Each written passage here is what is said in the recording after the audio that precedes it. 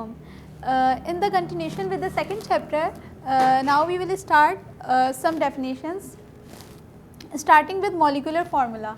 What is molecular formula? To understand molecular formula, before that we have a concept about formula, that what is formula. Formula word आप सब basically word formula से जो है familiar होंगे कि formula का मतलब क्या होता है. बेसिकली फार्मूला जो होता है वो किसी भी कंपाउंड या किसी भी एलिमेंट को रिप्रेजेंट करने का तरीका या ज़रिया होता है. उसको हम कैसे रिप्रेजेंट करते हैं, जैसे कि फॉर सपोज एक कंपाउंड है कार्बन डाइऑक्साइड. ठीक है, इसका नाम कार्बन डाइऑक्साइड है, लेकिन मैंने इसको इस तरीके से लिखा है तो वो भी आप लोग पहचान गए कार्बन डाइऑक्साइड है, क्योंकि इसका एक फार्मूला साइंटिस्ट ने रिकग्नाइज कर दिया. किस तरीके से करा? By the name of their symbols. Carbon को हमेशा हम सी से रिप्रेजेंट करते हैं. केमिस्ट्री की फील्ड में हमेशा कार्बन सी से रिप्रेजेंट होगा और ऑक्सीजन को हमेशा हम ओ से रिप्रेजेंट करते हैं. अच्छा, अब कार्बन डाइऑक्साइड है तो हम डाई मतलब होता है 2 टाइम्स, तो ऑक्सीजन 2 टाइम्स है, तभी हमने इस कंपाउंड का नाम कार्बन डाइऑक्साइड रख दिया. और जब हमने इसको फॉर्मूले की शक्ल में लिखा, यानी कि अगर मैं फॉर्मूले की डेफिनेशन, अगर आपसे कोई पूछे कि व्हाट फॉर्मूले की क्या डेफिनेशन होगी, तो आप सिंपली ये कह सकते हैं कि किसी भी एलिमेंट या किसी भी कंपाउंड के सिम्बल्स को कंबाइन करके लिख देना represents the formula of that compound. ठीक है, अब फॉर्मूले का कॉन्सेप्ट क्लियर है कि फॉर्मूला क्या होता है, तो अब स्टार्ट करते हैं कि मॉलिक्यूलर फार्मूला क्या होता है. सिंपल जो बात मैंने बताई कि मॉलिक्यूलर फार्मूला यानी कि मॉलिक्यूल या कंपाउंड को रिप्रेजेंट करने का तरीका. जैसे कि मैंने यहाँ मिसाल लिख दी है कार्बन डाइऑक्साइड, जिसका फार्मूला क्या है CO2, यानी कि एक कार्बन 2 ऑक्सीजन के एलिमेंट्स जब कंबाइन होंगे तो वो कार्बन डाइऑक्साइड फॉर्म करेंगे. इसी तरीके से C6H12O6. ठीक है, ये क्या है? ये फार्मूला है ग्लूकोज का. ठीक है, जिसमें हमेशा 6 कार्बन के आइटम्स होंगे, 12 हाइड्रोजन के आइटम्स होंगे और हमेशा 6 ऑक्सीजन के होंगे. ठीक है, तो इसको रिप्रेजेंट करने का तरीका सिंपल. सिंबल्स आप लोगों को पता है कि आप सब पीरियोडिक टेबल पढ़ेंगे. अभी पीरियोडिक टेबल में हाइड्रोजन को हम H से रिप्रेजेंट करते हैं, कार्बन को C से करते हैं, ऑक्सीजन को O से करते हैं. और ग्लूकोज में हमेशा कार्बन और ऑक्सीजन का रेशो 6 होता है और हाइड्रोजन का 12 होता है. तो सिंपल, इसमें कुछ मुश्किल बात नहीं है. हाँ, आगे जाके कुछ एलिमेंट्स ऐसे भी होते हैं कि उनको रिप्रेजेंट उनके नाम वाले सिंबल से नहीं किया जाता. फॉर सपोज इसकी एग्जाम्पल है सोडियम. सोडियम को S से नहीं बल्कि Na से रिप्रेजेंट किया जाता है. ठीक है, तो ये चीज़ें याद रखने की है. सिंबल्स जिसको पता होंगे वही फार्मूला बना सकता है हर चीज़ का. बहरहाल ये था सिंपल मॉलिक्यूलर फार्मूला. उसके बाद आ जाए एम्पेरिकल फार्मूला. एम्पेरिकल क्या फार्मूला क्या होता है, इसमें अक्सर बच्चे कंफ्यूज होते हैं. एम्पेरिकल फार्मूला और मॉलिक्यूलर फार्मूला में बिग डिफरेंस है. वो ये है कि एम्पेरिकल फार्मूला जो होता है वो सिंपलेस्ट फॉर्म होती है फार्मूले की, यानी कि हम फार्मूले को जितना सिंप्लीफाई कर सकते हैं. जैसे कि फॉर सपोज ये मैंने लिखा है बेंजीन का एम्पेरिकल फार्मूला. इससे पहले आपको बेंजीन का एक्चुअल फार्मूला पता होना चाहिए कि बेंजीन का एक्चुअल फार्मूला क्या है. बेंजीन का एक्चुअल फार्मूला होता है C6H6, लेकिन अगर हम इसको सिंप्लीफाई करें 6 1 जा 6 6 1 जा 6, तो हम इसको CH से भी रिप्रेजेंट कर सकते हैं. सेम एज ग्लूकोज का फार्मूला, एक्चुअल फार्मूला यानी कि मॉलिक्यूलर फार्मूला C6H12O6 है, C6H12O6. लेकिन मॉलिक्यूलर फार्मूला क्या होता है? सिंपलेस्ट फार्मूला होता है, सिंप्लीफाई होने के बाद जो फार्मूला हमें ऑब्टेन होता है. तो अगर हम इसको सिंप्लीफाई करें 6 1 जा 6 6 2 जा 12 6 1 जा 6, तो यहाँ इसका जो एम्पेरिकल फार्मूला ऑब्टेन हुआ सिंप्लीफाई करने के बाद वो ये हुआ. तो empirical formula is nothing, simply the simplest form of molecular formula. ठीक है, तो मॉलिक्यूलर मास की बात चल रही थी कि मॉलिक्यूलर मास क्या होता है. उससे पहले मैंने आपको उसका फार्मूला बता दिया, जो कि हम आगे जाके न्यूमेरिकल्स में इम्प्लीमेंट करेंगे. अब अगर मैं मॉलिक्यूलर मास की डेफिनेशन पूछें तो मॉलिक्यूलर मास कुछ भी नहीं है, सिंपल एटॉमिक मासेस का सम है. ठीक है, अब एटॉमिक मासेस क्या होते हैं? ठीक है, एटॉमिक मास क्या होता है, पहले इसकी डेफिनेशन पढ़ लेते हैं, फिर मॉलिक्यूलर मास आपको ज़्यादा क्लियर होगा. ठीक है, अब एटॉमिक मास क्या होता है? एटॉमिक मास पता होने से पहले आपको एटॉमिक नंबर पता होना चाहिए. ठीक है, समझ आ रहा है? हम मॉलिक्यूलर मास पढ़ रहे हैं, उसके लिए हम एटॉमिक मास पढ़ रहे हैं, और एटॉमिक मास के लिए पहले हम एटॉमिक नंबर पढ़ेंगे. ठीक है, एटॉमिक नंबर क्या होता है, ये बात हमेशा जहन में रखिएगा. मास नंबर से इसको रिलेट करेंगे. Number of neutron and number of proton in an atom. अब न्यूट्रॉन और प्रोटॉन से आप सभी फेमिलर होंगे. एटम का स्ट्रक्चर सबको पता है, दिस इज एटम। एटम के बीच में एक न्यूक्लियस होता है जिसमें न्यूट्रॉन्स होते हैं एंड प्रोटॉन होते हैं। एटम के अराउंड शेल्स होते हैं जिनमें इलेक्ट्रॉन रिवॉल्व हो रहे होते हैं, ठीक है।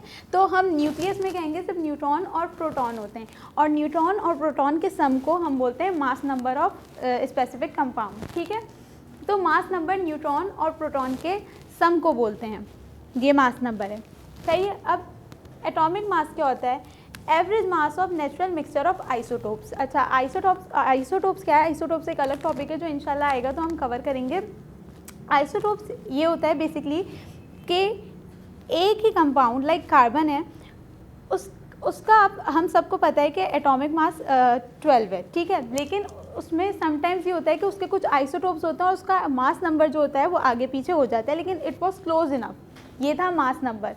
लेकिन जब हम एटॉमिक मास लेते हैं ना, तो हम उस एलिमेंट जिसकी भी बात हो रही है, लाइक कार्बन की बात हो रही है, उसके दुनिया में पाए जाने वाले जितने भी आइसोटोप्स हैं उन सब का एवरेज सम लेते हैं, उन सब का एवरेज लेते हैं, वो कहलाता है एटॉमिक मास। तो मास नंबर और एटॉमिक मास में क्लियर रहिएगा, अक्सर बच्चे इसमें मिक्स करते हैं कि एटॉमिक मास जो होता है वो उसके नंबर ऑफ प्रोटॉन और न्यूट्रॉन का सम होता है, जबकि एटॉमिक मास जो होता है वो उस स्पेसिफिक एलिमेंट के जितने भी एग्जिस्टिंग आइसोटोप्स हैं उनका एवरेज होता है। यहाँ तक बात क्लियर है? अच्छा, अब मॉलिक्यूलर मास पे आ जाएं। मॉलिक्यूलर मास क्या होता है? मॉलिक्यूलर मास क्या होता है कि सिंपल किसी भी कंपाउंड, किसी भी एलिमेंट में उसके एटॉमिक मासेस को अगर हम सम कर लें तो वो मॉलिक्यूलर मास आ जाता है। अब जैसे अब आप एग्जांपल समझेंगे तो आपको समझ आएगा। अभी इतनी देर में मैंने सिर्फ थ्योरेटिकल बातें की हैं तो मुझे पता है इसमें बहुत सी चीज़ें अनक्लियर होंगी। अब इसको प्रैक्टिकली इम्प्लीमेंट करते हैं कि मैं बोलना क्या चाह रही हूँ। कार्बन डाइऑक्साइड, ठीक है। अच्छा, एटॉमिक मासेस, एटॉमिक नंबर, ये सब आपको पता होने चाहिए और ये अक्सर पेपर में प्रोवाइड भी होते हैं, तो इसमें टेंशन की बात नहीं है कि हमें सारा रटना पड़ेगा। तो ये पेपर्स में बेसिकली प्रोवाइड होते हैं एटॉमिक नंबर और एटॉमिक मासेस, ठीक है। बात करते हैं कार्बन डाइऑक्साइड से। ये मैं आपको मॉलिक्यूलर मास कैलकुलेट करने का तरीका बता रही हूँ। मॉलिक्यूलर क्या मास क्या है? सिंपली एटॉमिक मासेस का सम कर लेना, उन्हें आपस में एडअप कर लेना, ठीक है। कार्बन का एटॉमिक मास क्या होता है? 12, ठीक है। ऑक्सीजन का एटॉमिक, ये आपको पेपर में गिवन होगा, और ऑक्सीजन का एटॉमिक मास क्या होता है? 16, ठीक है। लेकिन यहाँ ऑक्सीजन एक तो नहीं है, ऑक्सीजन 2 हैं। तो ऑक्सीजन को जो एटॉमिक मास होगा हम उसको जितने नंबर ऑफ ऑक्सीजन होंगे उससे मल्टीप्लाई करवा देंगे। फॉर सपोज अगर यहाँ 2 नहीं होता, यहाँ 3 ऑक्सीजन होते तो हम 16 मल्टीप्लाई बाय 3 करवा देते। तो हमने सिंपली क्या करा? 12 लिखा जो कि कार्बन का एटॉमिक मास था, प्लस 16 मल्टीप्लाई बाई 2 क्यों करवाया? क्योंकि यहाँ ऑक्सीजन कितने थे? 2 थे। इनको जब एडअप किया तो 14 आ गया। एंड AMU क्या है? AMU सिंपल मॉलिक्यूलर मास का यूनिट है जो कि लगाना लाजिम है। उसके बाद एक और एग्जांपल पढ़ लेते हैं मॉलिक्यूलर मास किस तरीके से निकलता है। ये पेपर में निकालने के लिए आता है तो उसको ज़रा गौर से सुनिएगा। H2O, ठीक है। H2O का एटॉमिक मास क्या होता है? 1 होता है। लेकिन यहाँ H का एटॉमिक मास क्या होता है? 1 होता है। लेकिन यहाँ एक हाइड्रोजन नहीं है, यहाँ 2 हाइड्रोजन है। जब भी हमने 1 मल्टीप्लाई बाई 2 किया है, यानी कि हाइड्रोजन के कितने मॉलिक्यूल्स हैं? 2 हैं, तो हाइड्रोजन के एटॉमिक मास को 2 टाइम्स कंसिडर करेंगे। बाकी प्लस 16, यहाँ ऑक्सीजन का एटॉमिक मास क्या है? 16। यहाँ 16 क्यों लिखा है? क्योंकि यहाँ 2 ऑक्सीजन नहीं थे, अगर 2 होते तो 32 लिखते, ठीक है। इन दोनों का सम किया, 18 आ गया। AMU यूनिट है मॉलिक्यूलर मास का। तो ये मॉलिक्यूलर मास निकालने का तरीका है और पेपर में डिफरेंट आपको इस तरीके से मॉलिक्यूल्स दे देंगे और उनका एटॉमिक मास आपको कैलकुलेट करना होगा, ठीक है। उनका मॉलिक्यूलर मास आपको कैलकुलेट करना होगा एटॉमिक मासेस की मदद से, जो कि गिवन होंगे पेपर में। यहाँ तक बात क्लियर है। उसके बाद आता है मोलर मास। मोलर मास क्या चीज़ होती है? जो डेफिनेशन मॉलिक्यूलर मास की है ऑलमोस्ट वही मोलर मास की है। जस्ट फ़र्क सिर्फ एक यूनिट का है। वो क्या कि हम मॉलिक्यूलर मास को AMU यूनिट में, एटॉमिक मास यूनिट में रिप्रेजेंट करते हैं, जबकि मोलर मास को हम ग्राम्स यूनिट में कंसिडर करते हैं। अगर पेपर में आ गया कि किसी भी कंपाउंड का मोलर मास कैलकुलेट करें, लाइक ऐसे दिया हुआ है कि H2 है, ठीक है, आप इसका कैलकुलेट करें मोलर मास, तो आप क्या करेंगे? सेम यही प्रोसीजर होगा, लेकिन आखिर में आप यूनिट AMU नहीं लगाएंगे। अगर आपने AMU यूनिट लगा दिया पूरा सवाल कट हो जाएगा, क्योंकि वो उस आइटम का आपने क्या निकाल लिया? मॉलिक्यूलर मास निकाल लिया। लेकिन अगर सिर्फ एक यूनिट आप AMU के बजाय ग्राम्स निकाल देंगे तो आपका वो सवाल करेक्ट हो जाएगा। तो ये बहुत माइनर सी बात है लेकिन याद रखने की है। तो ये था मोलर मास। उसके बाद स्टार्ट करते हैं मोल। मोल क्या चीज़ है? मैं इससे इसको एक्सप्लेन करने से पहले मैं इसकी एक मिसाल दे देती हूँ। दर्जन, एक अगर मैंने कोई वर्ड बोला है दर्जन, वो सुनते ही आपके जहन में क्या आएगा? 12, ठीक है। तो मोल भी एक फिगर है एटम्स को ग्राम्स में मेजर करने का, एटम्स को, मॉलिक्यूल्स को ग्राम में मेजर करने का, ठीक है। लाइक एक हिसाब किताब होता है ना, हमें पता है कि एक दर्जन में हमेशा 12 केले आते हैं। तो मोल्स भी हमेशा, जो एक मोल होता है ना, उसमें कितने नंबर ऑफ पार्टिकल्स आते हैं? 6.02 एक्सपोनेंट 23।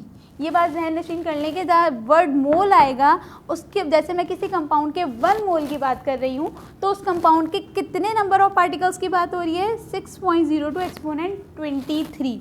अब जैसे कि मैंने बोला 1 मोल ऑफ कार्बन,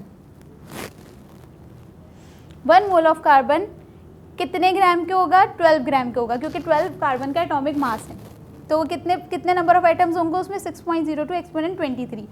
अब मैंने मैग्नीशियम का भी 1 मोल ही लिया, ठीक है, लेकिन उसका मास 24 आया।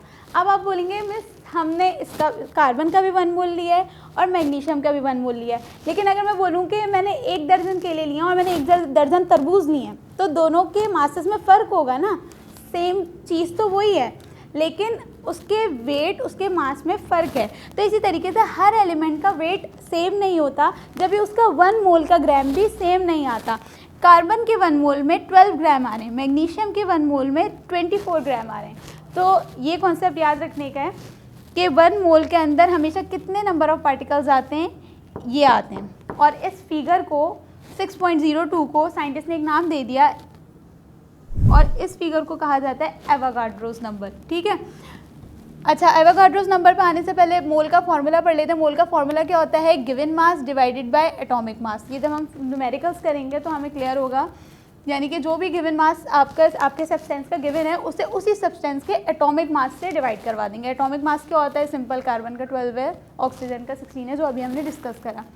एवोगाड्रोस नंबर पर आ जाएं। ये वैल्यू जो कि 1 मोल को रिप्रेजेंट करती है, 1 मोल की आइडेंटिटी है, 1 मोल की पहचान है, इसको हम एवोगाड्रो नंबर बोलते हैं। अगर मैं एवोगाड्रो नंबर की डेफिनेशन की बात करूं, number of atoms and molecules present in 1 mole of a substance, जो मैंने बताया कि कितने नंबर ऑफ एटम्स या कितने नंबर ऑफ मॉलिक्यूल 1 मोल में प्रेजेंट होते हैं, वो ये होते हैं। और ये क्या है? एवोगाड्रो नंबर है। सिंपली सीधा ही है, तो इसमें कोई मुश्किल बात नहीं थी, आसान सी बात थी। एटॉमिक मास मैंने आपको पहले ही एक्सप्लेन कर दिया था, एटॉमिक मास क्या होता है। तो ये थी कुछ डेफिनेशंस जो इंपॉर्टेंट है। तो अगर कंक्लूड करें तो हमने क्या पढ़ा आज? बेसिकली सबसे पहले हमने फार्मूला पढ़ा कि फार्मूला क्या होता है, ठीक है। फार्मूला डिफरेंट सिंबल्स का कॉम्बिनेशन होता है, और वो किसी भी एलिमेंट या किसी भी कंपाउंड को रिप्रेजेंट करने के काम आता है। फिर हमने मॉलिक्यूलर फार्मूला और एम्पेरिकल फार्मूला में फ़र्क पड़ा कि एम्पेरिकल फार्मूला जो होता है वो किसी भी फार्मूले की सिंपलेस्ट फॉर्म होती है, उसको सिंप्लीफाई करने के बाद ऑब्टेन होती है, अगर वो सिंप्लीफाई हो रहा हो तो। जबकि मॉलिक्यूलर फार्मूला एक्चुअल फॉर्म होती है, कितने एलिमेंट उसमें हैं, और पूरा प्रॉपर जो उसकी रिप्रेजेंटेशन होती है वो मॉलिक्यूलर फार्मूला से होती है। फिर हमने मॉलिक्यूलर फार्मूला का फॉर्मूला पढ़ा कि मॉलिक्यूलर फार्मूला इटसेल्फ उसका क्या फॉर्मूला, हमने मॉलिक्यूलर मास पढ़ा। मॉलिक्यूलर मास क्या होता है? मॉलिक्यूलर मास पढ़ने से पहले हमने एटॉमिक मास पढ़ा कि एटॉमिक मास क्या होता है। एटॉमिक मास पढ़ने से पहले फिर हमने एटॉमिक नंबर पढ़ा कि एटॉमिक नंबर क्या होता है या मास नंबर क्या होता है, जो कि नंबर ऑफ प्रोटॉन और नंबर ऑफ प्रोटॉन और नंबर ऑफ न्यूट्रॉन का सम होता है, ठीक है। नंबर ऑफ न्यूट्रॉन और नंबर ऑफ प्रोटॉन का जो सम होता है वो मास नंबर होता है। और एटॉमिक मास क्या होता है कि किसी भी एलिमेंट के जितने एग्जिस्टिंग आइसोटोप्स हैं उनका सम ऑफ एवरेज लेके हमारे पास एटॉमिक मास ऑब्टेन होता है, ठीक है। यहाँ तक बात क्लियर है मॉलिक्यूलर मास तक। फिर मैंने मॉलिक्यूलर मास लेने का तरीका बताया कि सिंपली किसी भी एलिमेंट या किसी भी कंपाउंड के जो भी एटॉमिक मासेस हैं उनको ऐड करें, और एग्जैक्ट मैंने यहाँ पे ये करा हुआ है कि कार्बन का एटॉमिक मास 12 होता है, जिसको मैंने एडअप करवा दिया ऑक्सीजन के एटॉमिक मासेस से, 2 ऑक्सीजन थे तो 2 से मल्टीप्लाई करवाया, एंड दिस ये इसका यूनिट है। मोलर मास मैंने क्या बताया? सेम एज मॉलिक्यूलर मास, सिर्फ यूनिट का फ़र्क होता है, इसको ग्राम्स में रिप्रेजेंट करते हैं, जबकि इसको AMU यानी एटॉमिक मास यूनिट में रिप्रेजेंट करते हैं। 1 मोल का फिगर ये होता है, यानी किसी भी कंपाउंड के 1 मोल में कितने पार्टिकल्स होंगे, इतने होंगे, ठीक है। और फिर मैंने उसका फ़र्क बता दिया है कि मैग्नीशियम या कार्बन के 1 मोल का ग्राम यानी मास अलग अलग क्यों आ रहा है, क्योंकि नेचर ऑफ कंपाउंड अलग है, ठीक है। 1 दर्जन अभी मैंने इसकी एग्जांपल आपको दी थी कि अगर मैं 1 दर्जन केले ले रही हूँ या 1 दर्जन कोई और चीज़ ले रही हूँ तो फ़र्क होता है वेटेज में।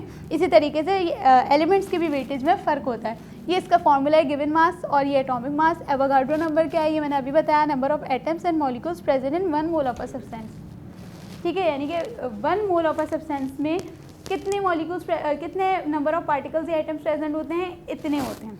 ठीक है, ये फिगर समझ रहे हैं ना आप कि 6.02 के बाद कितने ज़ीरो हैं, 23 टाइम्स ज़ीरो हैं। अब ये बहुत लंबा फिगर हो जाता है तो इसको एक्सपोनेंशियल फॉर्म में मैंने लिखा है। एक्सपोनेंशियल फॉर्म आई गेस आप सबको पता होगा कि एक्सपोनेंशियल फॉर्म को लिखने का तरीका क्या होता है कि इस नंबर के बाद इतने टाइम्स ज़ीरो है, तो मैंने इसको शॉर्ट करके एक्सपोनेंशियल फॉर्म में लिख दिया एक्सपोनेंट 23, यानी कि 23 टाइम्स आगे ज़ीरोज़ हैं। उसके बाद atomic mass. This was all about the definitions.